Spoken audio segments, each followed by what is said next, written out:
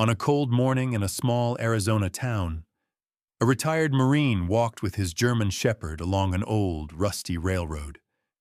The sky was gray, the wind howled, and everything seemed still until Rex suddenly stopped. The dog lifted his head, ears snapping forward, then pulled hard as if something unseen was calling him. A faint cry drifted through the air, and Ethan sprinted toward the sound. What he saw froze his blood. A woman tied tightly to the tracks, dust covering her face, fear filling her eyes. In the distance, the headlights of a train blazed forward, growing brighter and louder with every second. Rex barked wildly, standing between the woman and the danger, while Ethan fought desperately to cut the ropes as the ground trembled beneath them. But rescuing her was only the beginning. Beneath the tracks, hidden behind old metal sheets, lay a forgotten maintenance tunnel. A place where a criminal group prepared something far darker than anyone imagined.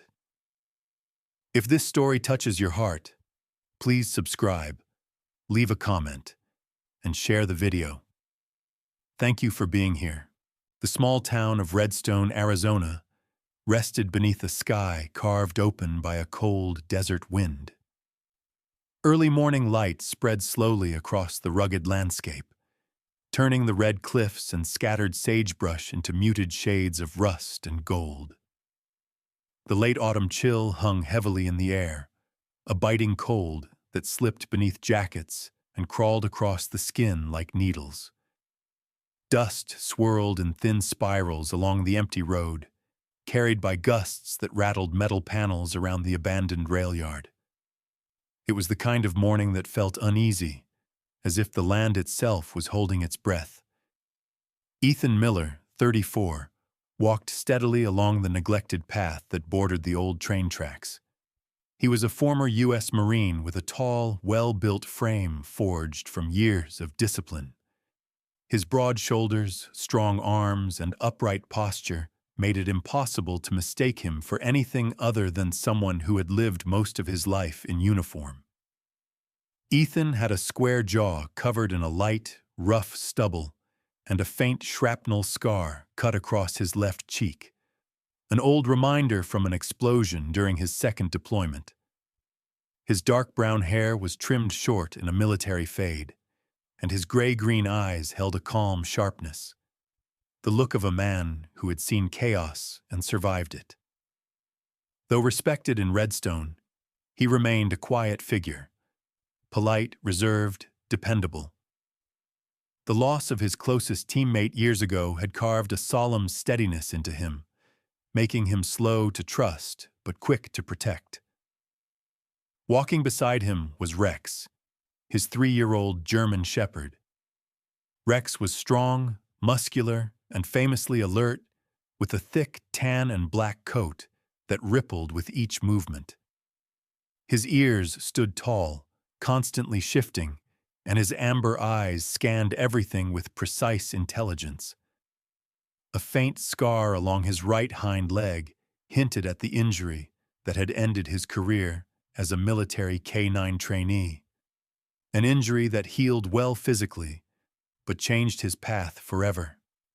Ethan adopted him soon after returning home, and from that day forward, Rex became not just a companion, but an extension of Ethan's senses, loyal, intuitive, and driven by an instinct for danger that had saved Ethan more than once. The morning had begun quietly, the way Ethan appreciated. The tracks stretched endlessly ahead, rusted steel rails, broken wooden planks, and patches of sun-bleached weeds. He often walked here to clear his mind. Out here, surrounded by open desert and whispering wind, he felt at peace. But today, something felt off. Rex's gait changed first. Instead of trotting loosely beside Ethan, the dog's steps stiffened. His head lowered toward the ground, nose twitching rapidly as he caught a scent carried by the cold wind. His tail stiffened, his breathing quickened. Ethan frowned. "Easy, boy," he said, slowing his steps. "What do you smell?" Rex didn't respond to the voice he usually obeyed instantly. Instead, he stopped abruptly, planted his paws in the dirt, and let out a deep, warning growl, low, rumbling, and unmistakably serious. Ethan straightened. The air felt colder. He listened. Nothing but the wind. Rex suddenly lunged forward. The leash whipped tight in Ethan's hand. "Rex!" he barked, tightening his grip, but the dog surged again, more urgently this time. Ethan knew Rex didn't behave like this unless something was very, very wrong. "All right," he muttered. "Show me." He loosened the leash. Rex shot ahead immediately, nose locked on an invisible trail, his paws pounding against the gravel as he pulled Ethan toward the tree line near the old tracks. Ethan followed at a half-run, boots thudding against the ground as dust rose around him. The further they moved, the stronger the uneasiness grew in Ethan's stomach. Something in the air felt heavy, tense, charged with an energy he couldn't explain. Rex suddenly stopped again. This time the dog's entire body stiffened, ears straight, tail rigid, head angled sharply to the left. A low whine slipped from his throat, followed by two rapid, urgent barks. Ethan's pulse quickened. "What is it, partner?" he said quietly. Then he heard it. A sound carried faintly across the wind. Weak, strained, impossible to identify at first. A muffled cry. Ethan froze. Rex jerked forward again, pulling Ethan off the dirt path and onto the wooden planks of the old railway. As they approached the bend, the sound grew clearer. A whimper, a moan. Something like a human voice trying desperately to break free. Ethan's heart slammed against his ribs. He tightened the grip on Rex's leash and charged forward. They rounded the bend. Time stopped. There, lying across the cold steel rail, was a woman, bound with thick rope around her wrists and ankles. A dirty cloth gag was tied around her mouth, muffling her screams. Her body trembled violently, her dark blonde hair tangled across her face, strands clinging to tear-streaked cheeks. She looked to be in her early 30s, average height, with a slim build. Her skin was pale, dust-smeared, and bruises marked her arms and legs, some fresh, some older.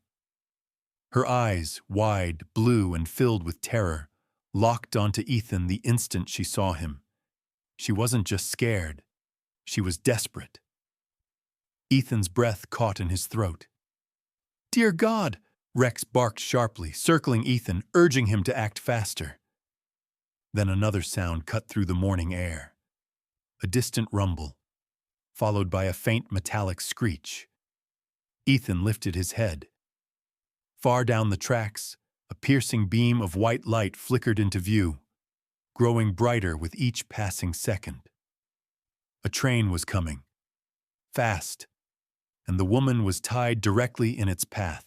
Ethan dropped to his knees beside the woman, the cold desert air burning his lungs as he fought to process the horror unfolding on the tracks.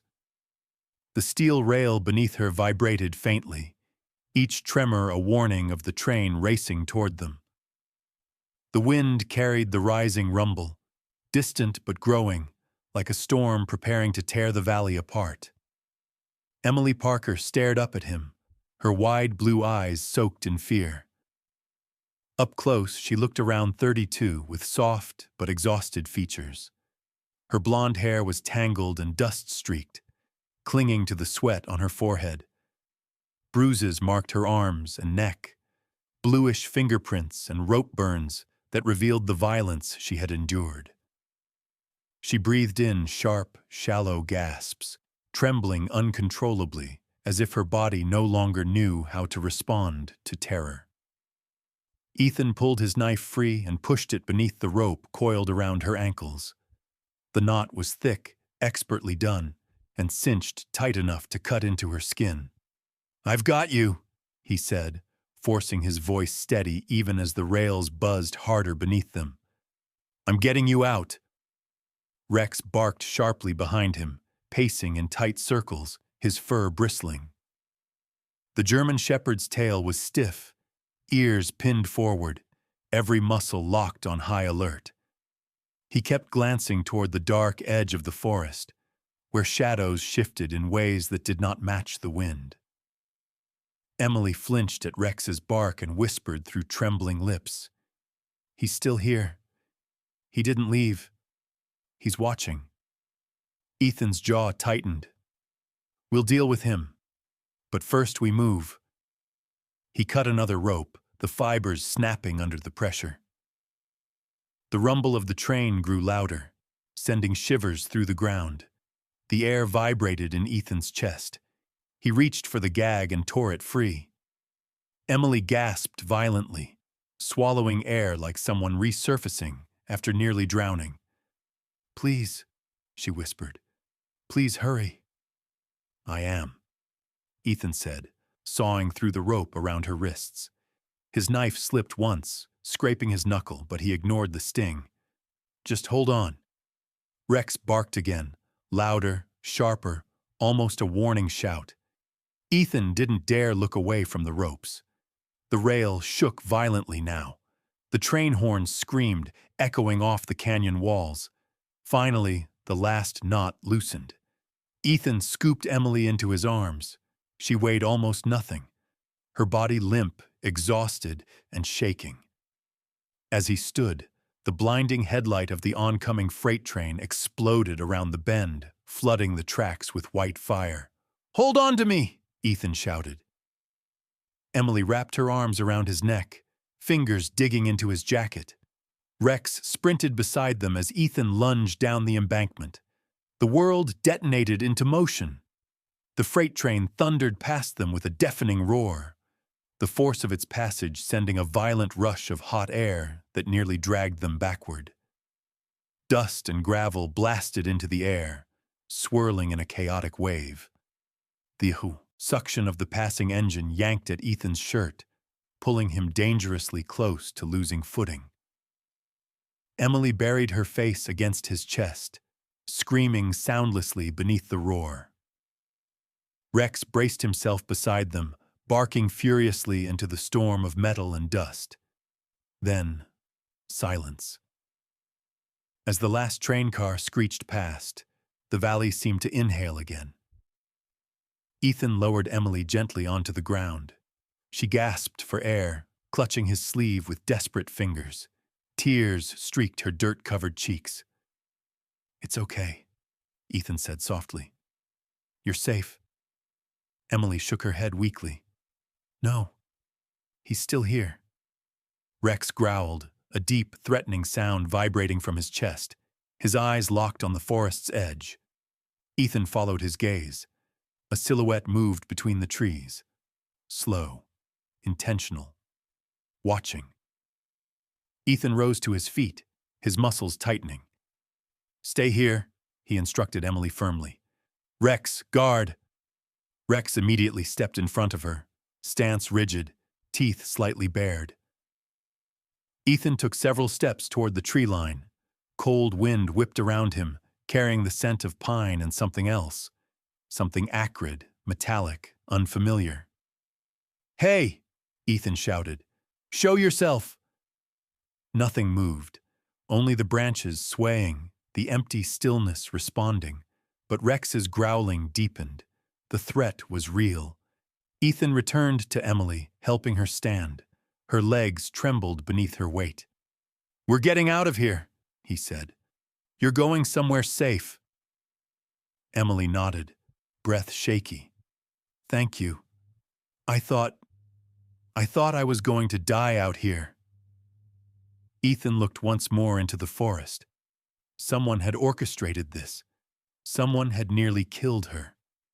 Someone was still watching. And this rescue, this narrow escape, was only the beginning. Ethan guided Emily carefully up the slope, keeping one arm around her shoulders while Rex stayed pressed close to her side. The cold wind cut across the clearing, sweeping loose dust over their boots. Emily was still shaking, both from fear and exhaustion, and every few steps she glanced nervously toward the forest, as if expecting the shadowy figure to emerge again. Ethan noticed and slowed his breathing, trying to project calm for her sake. "We're okay for now," he said quietly. "But I need you to tell me everything you remember." Emily swallowed hard, her voice raspy. "He took me yesterday, from the parking lot at the supermarket." Her gaze dropped as if replaying the moment. "I was heading to my car. I had groceries, normal things, milk, cereal." Her voice trembled.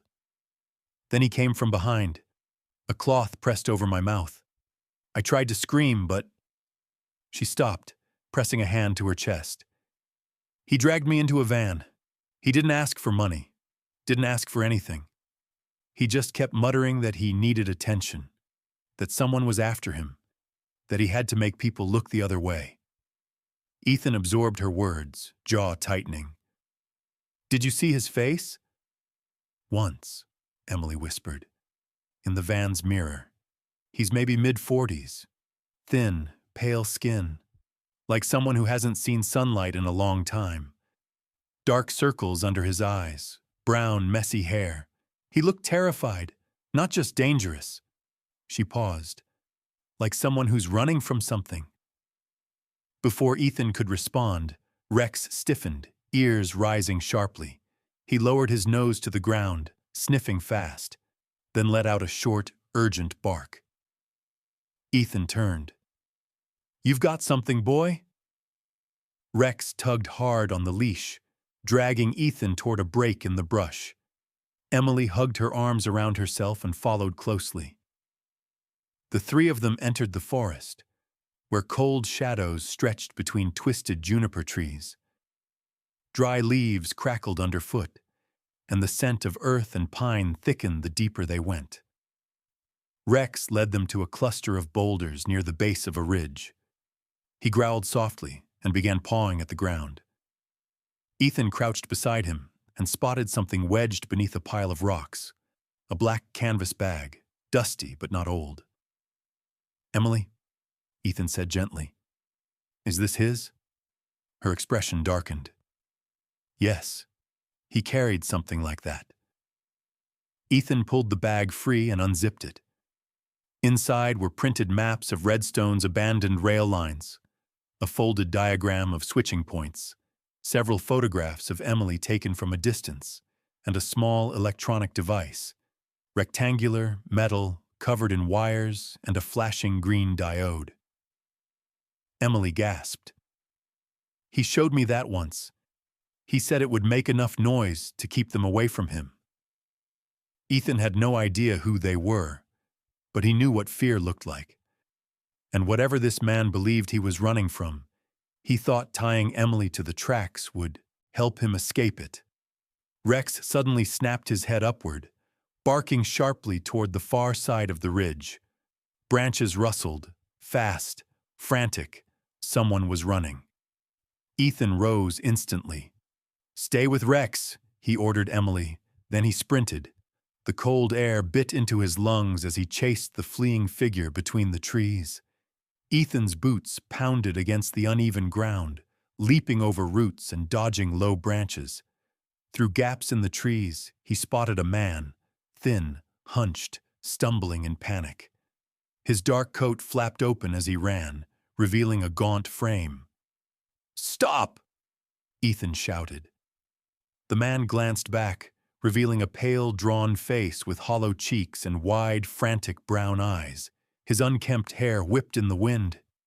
He looked like someone on the edge of collapsing, someone who hadn't slept in days. But fear drove him forward. Ethan gained ground quickly. Years of Marine training surged through his muscles. He lunged forward, tackling the stranger to the earth. The man collapsed with a strangled cry, curling his arms protectively around himself. "Don't hurt me! Please, don't let them find me!" he shouted. Ethan pinned him, but didn't strike. "Who's chasing you?" he growled.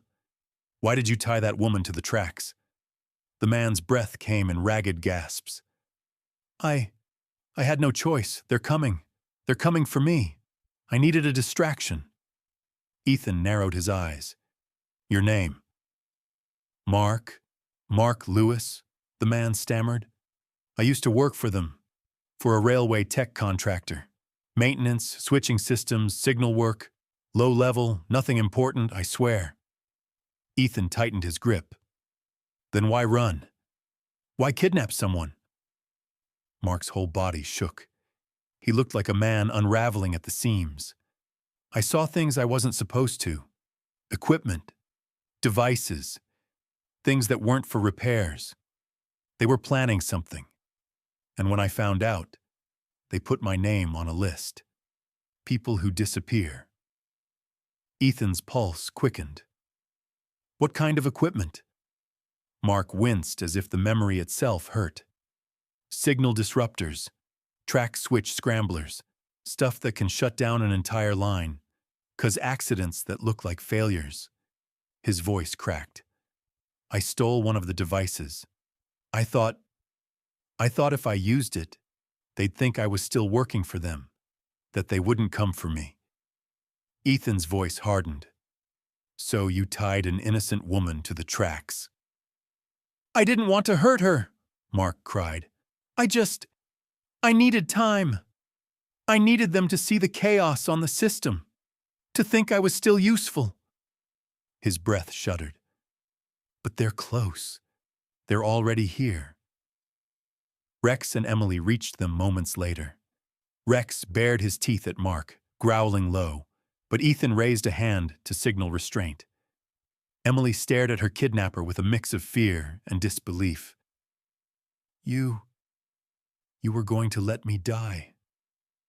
Mark's face fell, guilt flooding his features. I'm sorry. I panicked. I didn't know what else to do. Ethan stood, hauling Mark to his feet. You're coming with us, and you're going to tell me everything about this organization. Because if Mark was telling the truth, Emily's kidnapping wasn't just a crime. It was part of something far bigger and far more dangerous. The forest grew darker as Ethan pushed Mark forward, Rex keeping close watch while Emily followed a few steps behind. The air inside the trees felt heavier than before, dense with the smell of damp soil and old pine. Shadows layered across the ground like bruises. Mark's breath came in quick, shallow bursts, and every few seconds he glanced over his shoulder as if expecting someone to leap out at him. Where are they? Ethan demanded. Mark swallowed hard. There's an old service tunnel near the tracks. They used it years ago during maintenance projects. The contractors sealed it, but the group reopened it. They store equipment there. His voice trembled. Including the device I stole. Rex suddenly stiffened, nose to the ground. The dog took several determined steps toward a small rise in the terrain. Ethan followed, pushing branches aside until he saw it. A sheet of rusted metal leaning against a set of large rocks. The edges of the metal were freshly disturbed, as if moved recently. The ground in front of it bore several new footprints. Ethan handed Emily his flashlight. Stay behind me. He gave Rex a brief gesture. Search. Rex approached the metal sheet carefully, sniffing the edges before letting out a sharp bark. Ethan dragged the metal aside. A cold gust of air, thick with dust and old machinery, rushed up from a dark hole beneath them, an entrance sealed off long ago, but clearly forced open recently. Mark flinched at the sight. That's it, he whispered. The tunnel. Ethan switched on the flashlight and descended first, followed closely by Rex. Emily remained near the entrance, but stayed close enough to see them. Mark hesitated until Ethan shot him a hard look. Move. The tunnel walls were lined with cracked concrete, stained from years of moisture. Old cables ran along the ceiling like dead vines. As they walked deeper, the chill grew stronger, mixing with the faint buzz of something electric. Ethan scanned the narrow passage, noting the signs of recent activity: boot prints in the dust, broken crate pieces, and fresh scuff marks along the wall. Rex paused suddenly, ears perked forward, tail rigid. He emitted a low growl that echoed ominously against the concrete. Ethan tightened his grip on Mark's arm. "How many are down here?" Mark's eyes darted frantically around. I don't know. Usually 2, maybe 3. They rotate shifts." Before Ethan could respond, a voice echoed from deeper inside the tunnel. "Who's there?" Ethan shoved Mark behind him and raised his flashlight. 2 figures stepped from the shadows ahead. The first was a tall man in his late 30s with a square jaw, heavy stubble, and thick black eyebrows that made his glare even more hostile. He had broad shoulders and a solid build, someone used to heavy labor. His brown hair was cropped short, and a faded tattoo snaked around his forearm. His expression was one of cold authority, and the way he stood showed someone used to giving orders, not taking them. The second figure was slimmer, maybe early 20s, with messy blonde hair and sharp cheekbones. His skin was pale, dotted with acne scars, and his blue eyes twitched with nervous energy. His shoulders were narrow, and his stance revealed inexperience. He gripped a metal pipe with trembling hands. "Who the hell are you?" the older man snarled. Ethan didn't answer. Rex stepped in front of him, hackles raised, teeth flashing. The younger man flinched. "That's a shepherd," he stammered. "He's trained. Look at him." The older man lifted his chin. "Doesn't matter. We handle this." He lunged first. Ethan dodged to the side as the attacker swung something metallic, likely a wrench, through the air. The blow cracked against the wall, sparks scattering off the concrete. Ethan countered with a hard elbow to the man's ribs. The attacker grunted but didn't fall. Rex exploded forward before the man could swing again. The dog launched himself upward, teeth latching onto the attacker's sleeve and dragging his arm down. The man stumbled, shouting in pain. Ethan took advantage and slammed him against the wall, knocking the wrench from his hand. The man sagged to his knees. The younger man panicked and rushed in with the pipe raised high. Ethan turned just in time, but the attack came from behind. Rex spun faster. The dog leaped between them, clamping onto the attacker's right leg. The young man screamed, the pipe clattering to the ground as he fell backward. He kicked wildly, but Rex held firm, growling deep and loud. Ethan cuffed the older man with zip ties he carried in his jacket. Then he pulled Rex back. The younger man tried to scramble away, but Ethan quickly pinned him and secured his wrists. Both attackers lay on the ground, panting, defeated. Ethan picked up the flashlight and scanned the room beyond them. Metal crates, wires, small blinking devices, evidence of the sabotage Mark described. One device in particular caught Ethan's eye. A compact rectangular box with an array of switches and a tiny antenna. It matched the one found in Mark's bag. Emily descended the steps slowly, her face pale but determined. "Ethan, what is all this?" "Proof," Ethan said. "Proof they weren't bluffing. They were planning a coordinated rail disaster." Rex sniffed along the crates, then barked once, sharp and victorious. Ethan exhaled. They had found the heart of the operation, and they had shut it down. But as he stared at the blinking devices, he knew this was only the surface of something much larger and much darker. Rex's sudden, sharp bark echoed through the concrete tunnel, cutting through the heavy silence that followed the takedown of the 2 operatives. Ethan turned immediately, instinct snapping to attention. The German shepherd's body was rigid, his tail stiff, ears pointed toward a narrow passage branching off the main chamber. Without hesitation, the dog darted forward, claws scraping against the dusty floor. "Rex, hold up," Ethan called, but he was already following. Emily, still shaken yet steadier than before, stepped close behind him.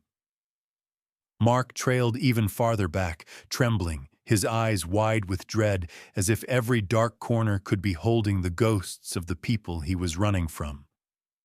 The narrow corridor felt colder, the air heavier, a faint metallic sound, like chains shifting, carried from the far end.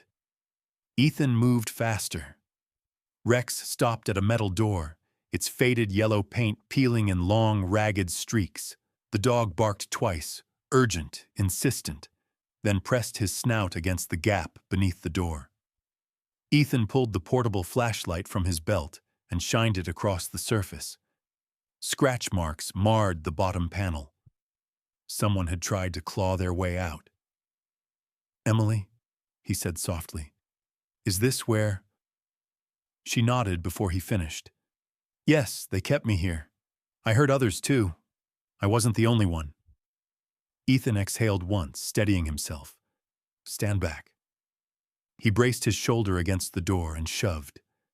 It groaned, resisting at first, then burst open with a heavy crack. Inside, the room was barely larger than a storage closet. The air smelled of dust, sweat, and fear. A single dim maintenance bulb flickered overhead, casting uneven light on two women huddled in the corner. Both flinched when the door opened, shielding their faces until Ethan spoke gently. "You're safe now. I'm not with them." The older of the two looked up first. A woman in her late 40s with a lean frame, salt and pepper hair tied into a messy ponytail, and deep worry lines etched across her forehead. Her eyes, a tired hazel, were sharp with intelligence underneath the terror. She had the appearance of someone who had spent years juggling family, work, and responsibility. Someone who rarely asked for help but desperately needed it now. The younger woman beside her seemed barely in her mid-20s, petite, with long black hair tangled around her shoulders. Her skin was pale, lips trembling as she tried to steady her breathing. She wore a faded green employee vest from a local retail shop. Her name tag, cracked and half-broken, read, "Lena." Her large brown eyes reflected both innocence and trauma, suggesting that this ordeal had shattered whatever quiet life she once had. Ethan approached slowly, palms open. "We're getting you out of here." The older woman's voice shook. "Are they gone? The men who brought us?" "They're handled," Ethan replied. "You're safe." Lena began to cry softly, her shoulders shaking with relief. Emily rushed to her side, wrapping her arms around the younger woman. "It's okay," she whispered. "We're safe now. He saved us." Ethan helped the older woman to her feet. She was surprisingly steady, though the exhaustion in her face suggested she'd been there far longer than Emily. "My name is Marlene," she murmured, her tone polite even through fear, like someone who still tried to hold dignity despite everything. "Thank you. Thank you for coming." Rex brushed his head gently against her leg. Marlene gave a startled breath, then managed a small, grateful smile. "And thank you, big guy." Ethan guided the three women back toward the entrance. Mark kept his distance, eyes avoiding theirs, shame twisting his face. No one spoke to him, and the silence made the weight of his actions even heavier. As they neared the ladder leading back to the surface, distant sirens finally pierced the air, police units speeding toward the rail yard. Emily's pace quickened, as if the promise of daylight pulled her forward. When they reached the outside, the rising sun cast warm gold across the barren terrain. Officers rushed toward them, led by a stout, middle-aged police chief named Henry Dalton, a man with a square jaw, thick gray mustache, and deep-set eyes that had witnessed decades of crime. He was known in Redstone as strict but fair, the type of man who believed deeply in duty. He came to a halt the moment he saw the group emerging. "Good Lord," he breathed. "We received reports of a train incident. We didn't expect this." Ethan nodded. "There's a lot to explain." Dalton turned to Ethan, his expression shifting to gratitude mixed with disbelief. "Son, what you did today, rescuing 3 victims, stopping a sabotage operation, most men wouldn't walk into that alone." His voice lowered. "You're a damn hero." Ethan shook his head immediately and placed his hand gently on Rex's back. "No, he is." Rex lifted his gaze, tail wagging once as if he understood the words. Emily stepped forward, wiping tears from her cheeks. She knelt beside Rex, wrapping her arms around him. Her voice was barely a whisper as she buried her face in his fur. "If it weren't for you, I wouldn't be here. You saved my life." Lena and Marlene followed, each placing a shaky hand on the dog in silent gratitude. Ethan stood quietly, watching Rex accept their affection with calm confidence. The wind blew lightly across the desert, warm now, carrying not fear, but the relief of survival. For the first time since the ordeal started, the weight lifted. They were safe. The victims were free. And Rex, the dog who sensed danger before anyone else, stood proudly at the center of it all. Sometimes, in the darkest moments of life, help arrives in the most unexpected form. A brave stranger, a loyal dog, or a silent whisper of courage we didn't know we had.